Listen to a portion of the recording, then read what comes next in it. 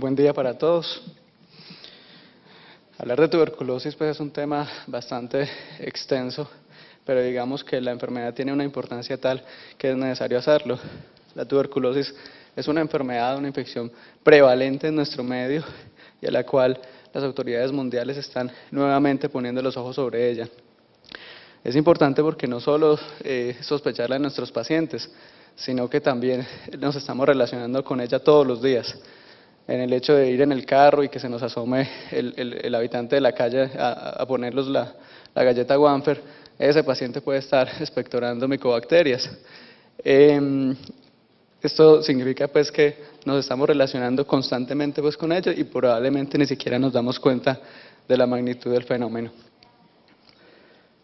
De manera de introducción, 1/3 de la población mundial está infectada por M-tuberculosis, 9 millones de casos nuevos se presentan en el mundo y da cuenta de una mortalidad de 1.5 a 1.7 millones de personas por año. De estos, 500.000 casos son tuberculosis multidrogo resistente. Ya vamos a hablar un poquito al respecto. Entonces, ¿cuál es la importancia de la enfermedad? Es que es la principal enfermedad infecciosa que causa mayor mortalidad en el mundo, más que el VIH y más que cualquier otra infección. Entonces, la incidencia, sabemos que hay alrededor de 9 países que dan cuenta de más del 80% de los casos. Sobre todo aquí les muestro la Federación Rusa, China, India y algunos países africanos. En Colombia se reportan más de 11.000 casos nuevos por año, con una tasa de incidencia en la población general de 25 por 100.000. Sabemos que en poblaciones indígenas la tasa se aproxima y es incluso mayor que en ciertos sitios africanos, como es de 700 por 100.000, o en un estudio que se está realizando en el momento en gripe, se ha encontrado una tasa de prevalencia incluso de 500 por 100.000 en los reclusos de nuestras cárceles. Las características microbiológicas, pues todos sabemos que es un bacilo ácido alcohol resistente que tiene un lento crecimiento, se replica alrededor de cada 16 a 20 horas, no tiene unos factores básicos de virulencia, pero es un parásito de los macrófagos, lo que lo hace difícil de tratar, ya que va a vivir de forma intracelular. Tiene un lento crecimiento, como ya vimos, y dentro de las características que sí tiene es una alta concentración de lípidos en la pared celular. Dentro de ellos, esa alta concentración de lípidos le va a favorecer que sea impermeable a ciertos antimicrobianos, que sea más resistente a la muerte por compuestos ácido-alcalinos y que tenga una resistencia a la lisis osmótica vía ataque del complemento. Entonces, les traje algunos casos. Este es un paciente que vimos en el Hospital San Vicente de Paúl. Es un hombre de 29 años desmovilizado, era paramilitar, consultó por un mes de tos. Inicialmente la tos era seca y posteriormente se hizo productiva, con expectoración blanco-amarillenta, fiebre subjetiva y disnea.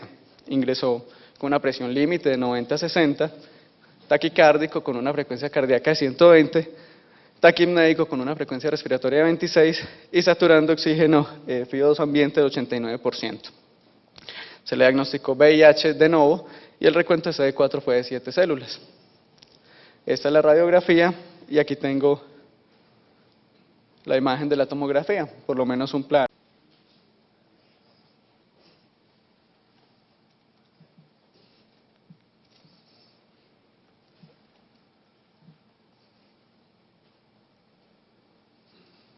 Bueno, muy bien, pues tenemos que el 50% prácticamente eligió tuberculosis y neumonía por Pneumocystis jirovecii. En estos pacientes siempre debemos saber no solo la historia clínica de cuándo empezó el tiempo de evolución de los síntomas, sino también caracterizarlo desde el punto de vista radiológico. Entonces tenemos que, si me vuelvo un poquito, era un mes de tos, ¿cierto? Una neumonía piógena pues probablemente no va a ser, aunque hay pues bacterias y parásitos que pudieran dar unos cursos subagudos o crónicos, sin embargo no es lo más frecuente. Entonces digamos que la neumonía piógena es lo menos probable. Tuberculosis miliar pudiera ser, histoplasmosis también. Sin embargo, cuando tenemos un infiltrado en vidrio esmerilado y la historia pues clínica de esa tos subaguda que tenía seca, y la disnea y la desaturación, debemos pensar también en otras entidades como neumocistis. Este paciente tenía coinfección de tuberculosis y neumonía por Pneumocystis jirovecii, se le hizo lavado broncoalveolar y de ese lavado broncoalveolar se le hizo una prueba de GeneXpert, el cual reportó una mutación RPOB presente. Con respecto a eso, a esa prueba, ¿cuál es el diagnóstico? A, M. tuberculosis sensible, B, M. tuberculosis resistente a isoniazida, C, M. tuberculosis resistente a rifampicina, D, M. tuberculosis multidrogo resistente o E, micobacteria no tuberculosa. ¿Pueden votar?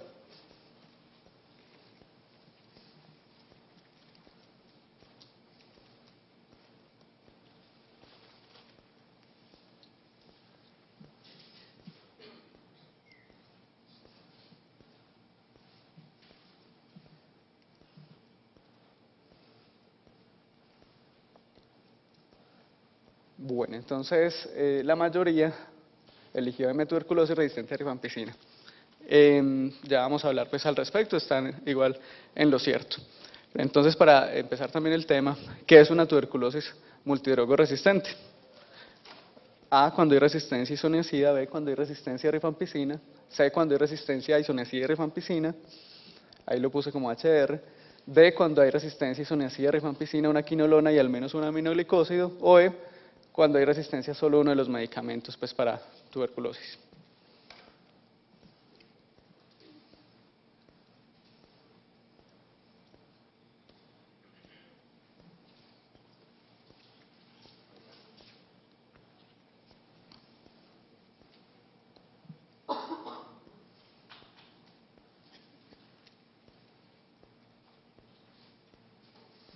Bueno, el 43% eligió cuando hay resistencia a isoniazida y rifampicina. Esa es la respuesta correcta. Entonces, la definición de tuberculosis multidrogo resistente es aquella tuberculosis que es resistente a isoniazida y rifampicina.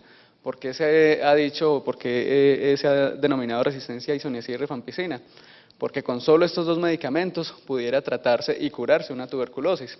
Sin embargo, el problema es la resistencia que se puede generar incluso durante el tratamiento. Entonces sabemos que estos dos son los medicamentos más potentes para tratarla, pero debemos combinarlos con otros regímenes. Entonces la resistencia puede ser a estas drogas puede ser primaria, es decir, el paciente que nunca ha recibido algún tratamiento antituberculoso, o resistencia secundaria, aquel que ya ha recibido en algún momento algún tipo de tratamiento y se hizo resistente.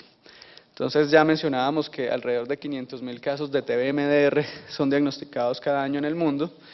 Digamos que MDR es un estadio pre-XDR, que es la tuberculosis extensamente resistente y que en la definición anterior era la opción D, cuando hay resistencia a isoniazida, rifampicina, una quinolona y menos algún aminoglicósido, incluyendo capreomicina.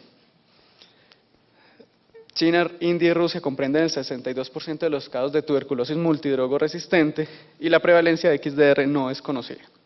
Aquí este gráfico es para mostrar que tenemos zonas que han sido más afectadas por esta tuberculosis multidrogo resistente, como son Perú y Ecuador en nuestra zona. Bueno, pero ¿qué problemas o qué factores aumentan el problema de la multiresistencia? La terapia directamente observada muchas veces no se lleva a cabo como es, no se logra un adecuado control de la infección y se dan tratamientos sin tener susceptibilidad a medicamentos o ni siquiera sin tener un cultivo. Entonces también ha aumentado, digamos esto, la pandemia del VIH y esto es por asociaciones que han hecho donde hay más VIH, hay más prevalencia de tuberculosis resistente.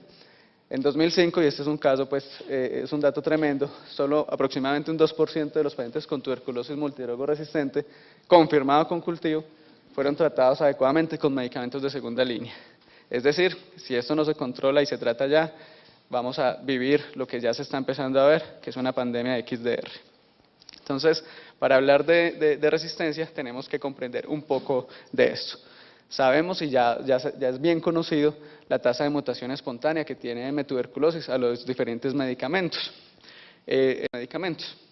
¿Esto cómo se puede medir? Cuando estamos infectados simplemente y tenemos una tuberculosis latente, se dice que generalmente tenemos por lo menos 1 en 10 a la 2 micobacterias en nuestro cuerpo.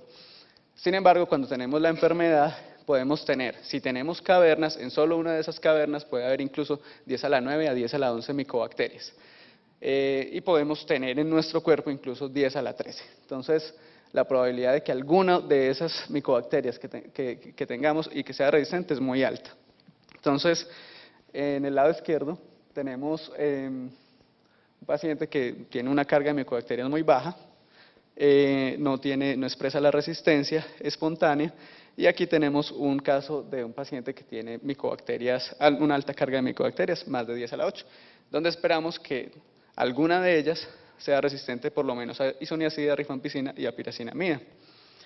¿Qué pasa entonces cuando a ese paciente se le da tratamiento con varios regímenes, con varios medicamentos? Entonces a este paciente le damos isoniazida, rifampicina y piracinamida, y con todos los 3 medicamentos se van a inhibir todas las cepas, ¿cierto?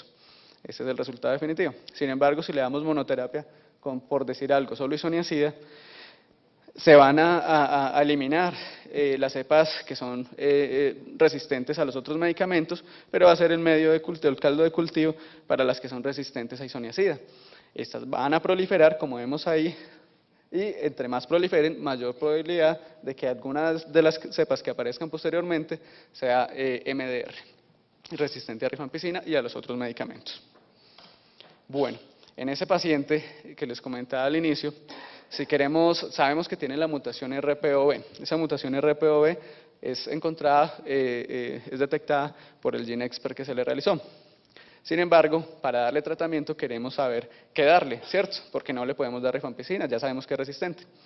Entonces, si queremos descartar rápidamente que el paciente tiene una tuberculosis multidrogoresistente, ¿qué examen haríamos inicialmente? Entonces, A, una prueba de susceptibilidad a medicamentos de primera línea; B, una prueba de MTBDR+; C, cultivos en medio líquido como un midget; o D, cultivos en medio sólido, pues como un Ogawa o un Lowenstein-Janssen.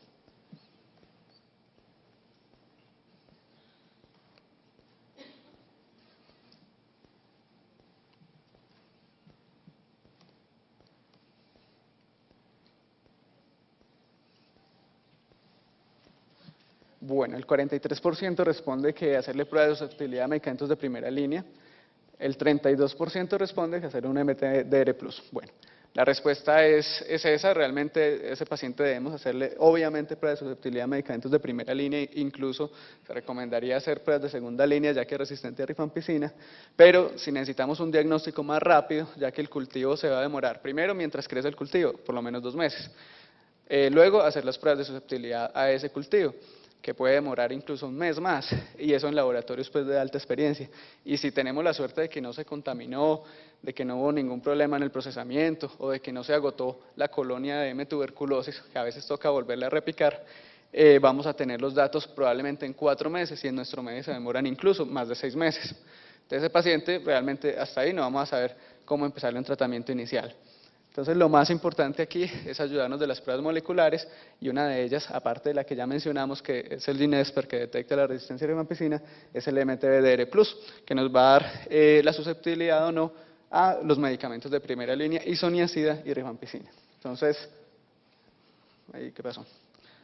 Entonces sería MTBDR+.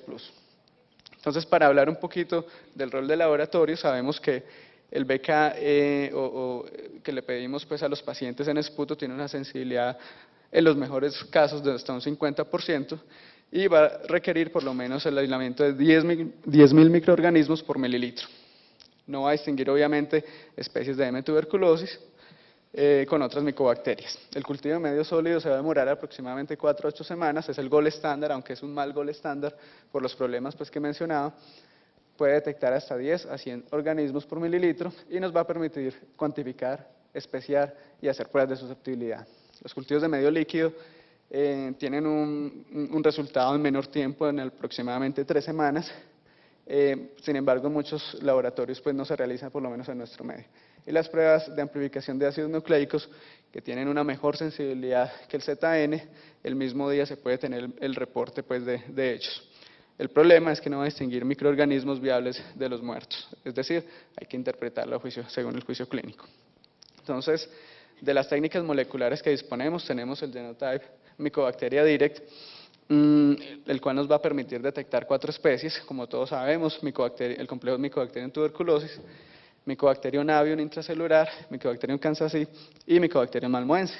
está el genotype MTBDR+, que nos va a permitir identificar resistencia a rifampicina y isoniazida, y eso lo hace detectando esos dos genes, mutaciones en esos dos genes, RPOB, que es para rifampicina, y CATG e INA para isoniazida.